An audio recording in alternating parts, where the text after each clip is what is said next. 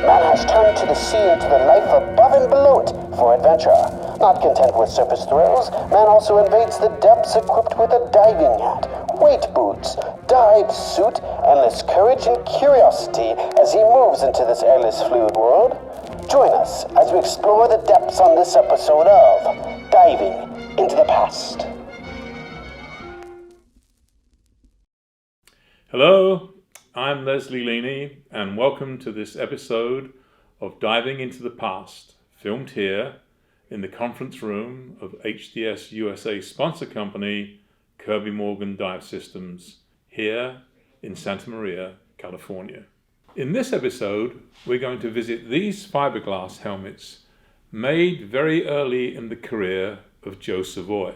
Joe built the first of these fiberglass helmets early in 1964 in Louisiana. Today, these early fiberglass helmets are considered by most diving historians to be the lightweight swimming gear that revolutionized diving equipment, replacing the old copper and brass helmets of the prior century. Before talking about Joe Seavoy and his helmets, I first want to acknowledge historians Gary L. Harris and John Kaine, as I will be referencing much of their excellent research in these Savoie videos.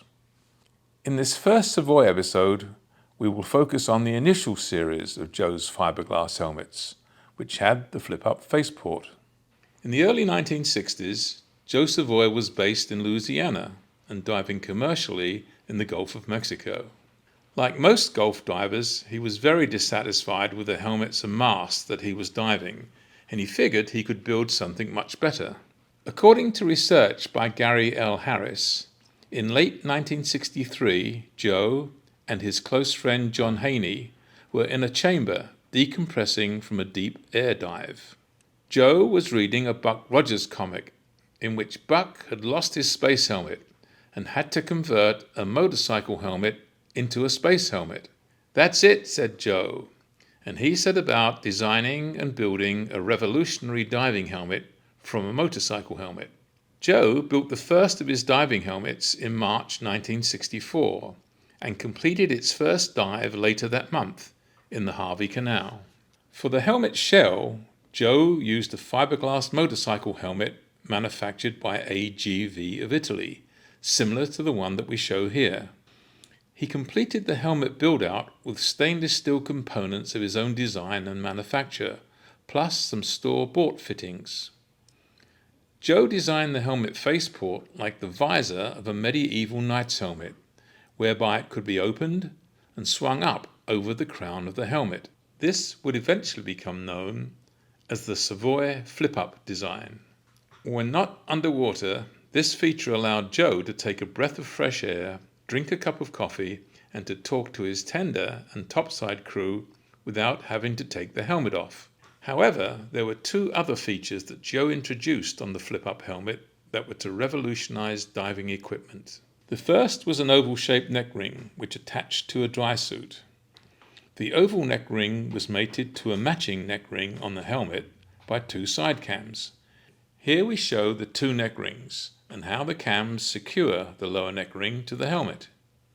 The second feature was the neoprene neck dam, which made a seal around the diver's neck and allowed him a full range of head movement. Joe's introduction of these two features into diving helmet manufacture became a giant leap into the future.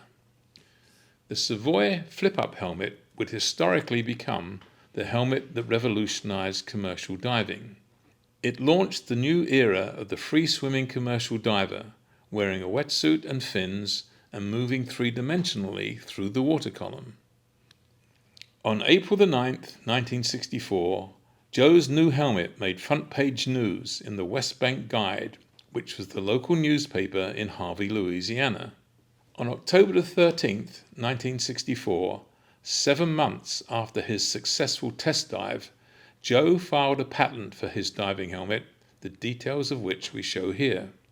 His patent for a diving helmet was granted on November the 21st, 1967. However, Joe and his patent attorney did not claim the neck ring with its cams and the neck dam in a separate patent. This oversight opened the door for other manufacturers to develop their own variation of these features, which Joe Seavoy had created and introduced. Joe actually began using his helmet on jobs for Dick Evans in April 1964. Other divers on those jobs were very impressed with the helmet and started to ask Joe to build them a similar one. But Joe was very, very picky in who would get to dive the Savoie helmet. He only sold them to friends who he considered were the Gulf's, quote, top-hand divers. For the remainder of 1964 and into 1965, Joe only dove part-time, while he slowly hand-built the flip-up helmets for the region's top divers. The building process was slow, with great attention to detail, and in that period, Joe only built 12 flip-up helmets. This blue one we feature was built for his friend John Kaine, who told me that it was the third flip-up Joe built. John Kaine told me, quote, "I must have drunk 100 gallons of coffee at night with Joe while he built that hat for me, but it was sure worth the wait." This helmet is similar to the first helmet Joe built and was used by John Kaine throughout his career. There is no serial number on the helmet. The only visible marking is the letter B, stamped into the tang, and the retaining ring of the lower neck ring is shown here. Early in my research into Joe Seavoy, I was fortunate enough to meet professional diver Buddy Ayres at an Association of Diving Contractors conference in New Orleans. Buddy had been Joe's tender and was his very close friend. Buddy would become the most important person in my research of Joe Seavoy. If you have any experience in trying to research history in Louisiana, you will know how extremely difficult it can be as an outsider to be granted access and accepted into the Cajun community. And with my accent and a Hollywood background, I am most definitely an outsider. However, the day after Buddy and I met, he drove me out of New Orleans to Boutte, Louisiana, to meet and interview Joe Seavoy and his wife, Joyce. Joe was in very, very poor health and did not have much time left. As I was basically introduced and endorsed by Buddy Ayres, Joe agreed to talk with me.